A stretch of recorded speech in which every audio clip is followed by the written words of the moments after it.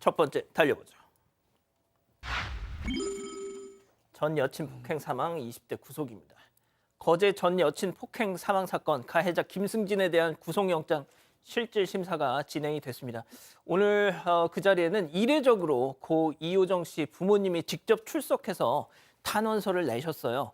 자, 그런데 정작 가해자 김승진은 나오지 않았습니다. 고인의 부모님 얘기 들어보시죠. 꽃다운 나이에 꿈 한 번 펼쳐보지 못하고 차디찬 영안실에서 눈도 제대로 감지 못한 채 누워 있습니다. 오늘 구속영장이 발부되지 않는다면 장례 절차를 계속 미룰 예정입니다.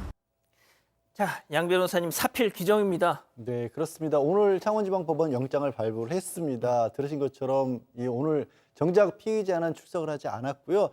본인의 신원이 알려질 걸 우려해서 서면 심사로 대시를 했습니다. 영장 실질 심사는 사실은 변명할 기회를 그렇게 주는 거기 때문에 나오지 않아서 불이익을 내가 감수하겠다라는 것이고요.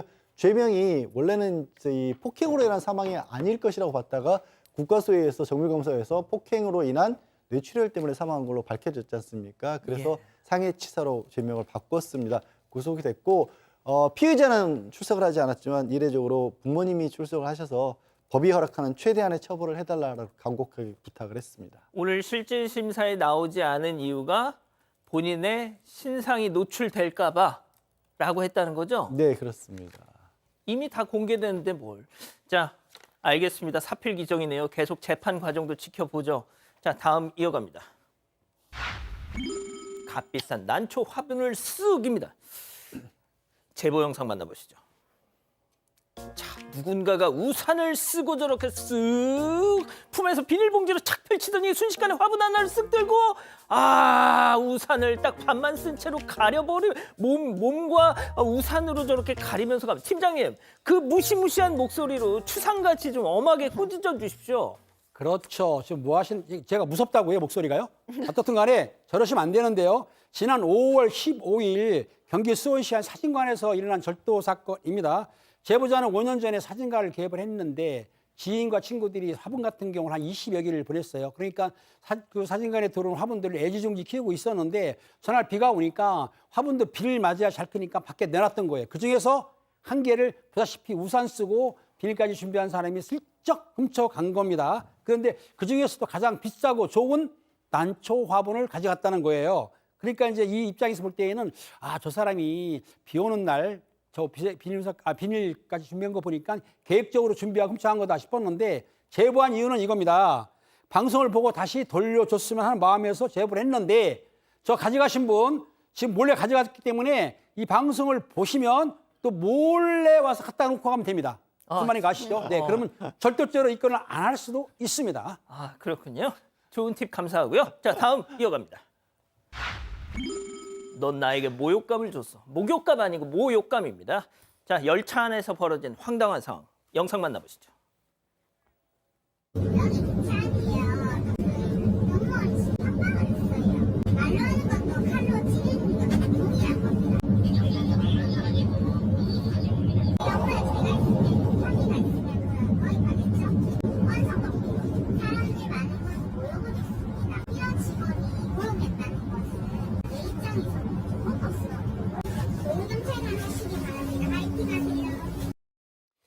교수님, 이게 지금 무슨 상황일까요?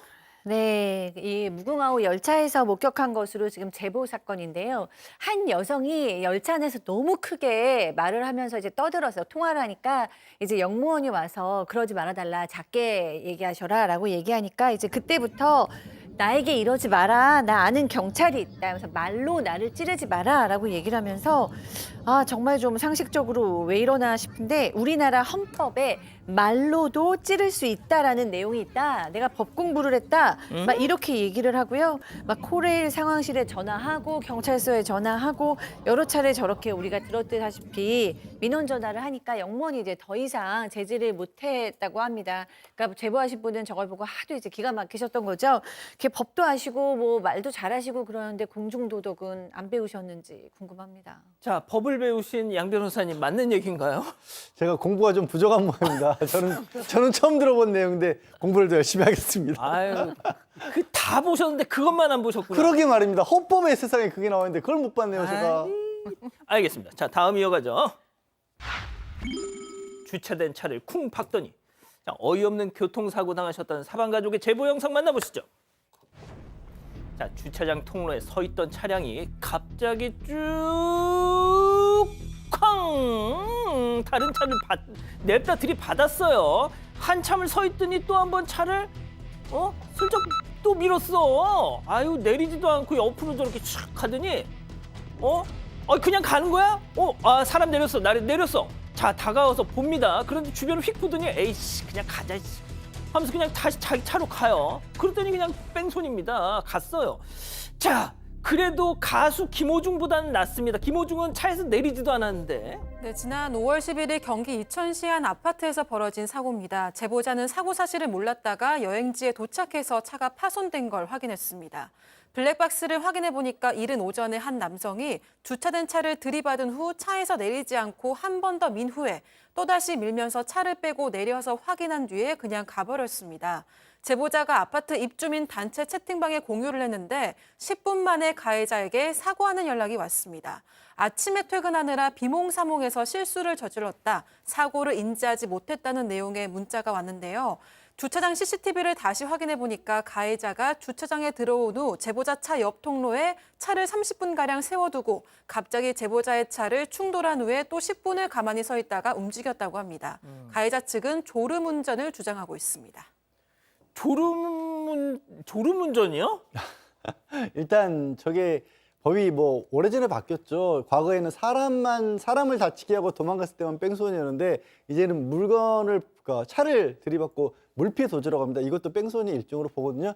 다행히 그래도 가해자가 스스로 경찰서에 신고를 해서 그냥 과태료 부과 정도가 되는 정도에 그쳤는데 문제는 이제 차가 앞범퍼 부분이 오른쪽에 이렇게 꺾어진 부분에 있어서 예. 이게 크게 충격을 한 건 아닌데 범퍼 본이 전조등까지 다 깨져서 그러니까. 수리비가 한 500만 원 이상 나올 거라고 해서 네, 어쨌든 전부 다 배상하겠다고 합니다, 가해자는. 그렇군요. 알겠습니다. 자, 마지막 사연으로 가보죠. 여자애가 어딜 감히 요즘 세상에 이런 말을 하다니. 자, 집단 지성의 판단을 받아보고 싶으시답니다. 네, 지방에 사는 손녀를 서울에 있는 대학으로 보내지 말라고 하는 시어머니 때문에 답답하다는 며느리의 사연입니다. 사연자 가족은 비수도권에 살고 있는데요. 고등학교 3학년인 딸이 공부를 잘합니다. 최근 시가에 들렀다가 시어머니에게 수도권 대학도 충분히 갈 만큼 공부를 잘한다고 말했더니 갑자기 시어머니가 여자애가 감히 서울로 가니? 라고 얘기한 겁니다. 좋은 대학 다 필요 없다 라면서 먼 서울로 보내지 말고 근처 대학에 보내라면서 아이를 설득해달라고까지 이야기를 한 겁니다. 사연자가 요즘 누가 여자애 서울로 보낸다고 뭐라고 하냐, 인생에서 중요한 결정은 자기가 해야 하지 않냐고 따졌지만 시어머니는 괜히 부모를 떠나면 위험하다, 부모 가까이 살아야지라면서 고집을 피우신다고 합니다. 사연자는 딸이 서울로 대학을 가든 어디를 가든 아예 대학을 안 가든 스스로 선택하는 게 가장 중요하다고 생각하는데요. 하지만 문제가 더 있습니다. 어허. 남편이 어머님 말씀을 찰떡같이 따르는 효자라서 서울에 있는 대학으로 가면 등록금을 안 주겠다고 해서 크게 싸웠다고 합니다. 아이고야. 묵묵히 열심히 공부하는 딸이 원하는 대로 하게 해주고 싶은데 말도 안 되는 이유로 손녀의 인생을 제멋대로 하려는 시어머니를 어떻게 해야 할지 고민이라고 사연을 보내왔습니다. 자, 이론의 여지가 있을까 싶습니다만 그래도 한번 따져봐야죠. 기다리고 기다리셨던 푸처 핸적타임 유튜브 JTBC 뉴스 채널과 사건반장 독립 채널에서 6천여 분의 가족 여러분들 함께하고 계신데요. 채팅창에 OX로 함께 참여해보시죠. 먼저 남편입니다. 여보, 다혜 엄마, 당신은 어떻게 엄마라는 사람이 딸내미 서울 유학 보내는 걸 아무렇지도 않게 얘기하냐? 걱정 안 되냐? 요즘같이 험한 세상에. 지방 국립대 등록금도 싸고 집에서 통학도 되고 얼마나 좋아. 그리고 당신 시어머니가 옛날부터 이 촉이 좋아요. 잔소리 말고 우리 엄마 말 들어, 동그라미. 그렇죠 뭐. 예. 자, 다음 사연자 아내입니다. 여보, 김은배 씨, 우리가 집안 형편이 안 좋니? 다혜가 공부를 못하니? 다들 인서울 못해서 안다는데 하고도 남을 애를 뭐가 걱정, 집에 묵거나. 그리고 요즘같이 험한 세상에 딸내미 걱정도 안 되냐고. 아이고, 나 남이섬 데려가서 배 끊기는 시간 계산했던 게 누군데 네가 할 소리는 아니지, 엑습니다. 자, 은배 팀장님부터 달려볼게요. 그렇습니다. 저 제보자 같은 경우에 상당히 진취적이고 발전적이네요. 딸이 원하는 대로 하겠다. 그러니까 지방대학 갈 수도 있지만 수도권 대학 갈 수도 있고 안 간다면 안 보낸다고 하지 않습니까? 상당히 진취적인데 시어머니는 너무나 고리타분하게 옛날 생각을 하고 있는데 저런 시어머니는 지금은 없습니다. 어찌됐든 중요한 거는 시어머니를 설득해서 딸이 원하는 수도권 대학 간다 그러면 당연히 보내는 게 맞다고 생각 들기 때문에 사연자한테 한 표 하겠습니다. 교수님, 근데 시어머니가 설득이 안 돼. 아니 저는 시어머니는 또 그러실 수 있으실 것 같기도 해요. 정말 어르신이시고 만약 지방에 오래 사셨으면 그 뭔가 이제 몸을 베시고 사고가 굳으셨을 수도 있는데 아버님 정말 이해할 수가 없어요. 아버님, 네 정말 뭐 등록금을 안 주면서까지 딸을 앉혀놓으시는 이유가 뭐예요? 그럼 그 딸은 그 동네에서 그냥 있다가 결혼해서 애 낳고 살림만 하고 남편 뒷바라지 하면서 그 똑똑한 딸 있고 그래야 속이 편하시겠어요? 왜 그러시는지 알 수가 없고요. 엄마께서 투쟁을 하셔야죠. 정말 딸의 인생이 걸린 문제고 딸에게 정말 기회를 줘서 마음껏 그 딸이 날개를 펼치고 살아갈 수 있게 도와주시는 게 당연하죠. 자, 양 변호사님. 저는 저분들 그 신원 공개될 거가 굉장히 걱정스럽습니다. 수험생 둔 학부모님들이요, 인서울을 할 수 있는데 아이를 서울을 안 보내고 지방이라는 이유로 그 지역을 보내겠다고 고3 수험생 부모들이 들으시면요, 그거 뒤로 넘어갈 얘기입니다. 유일한 한 가지 가능성은 혹시 저 아버님이 아직도 자신의 어머니, 그러니까 시어머니에게 돈 받아 쓰고 계신 거 아니에요? 설명이 안 됩니다, 저거 도저히. 그렇군요. 자, 백다희 아나운서.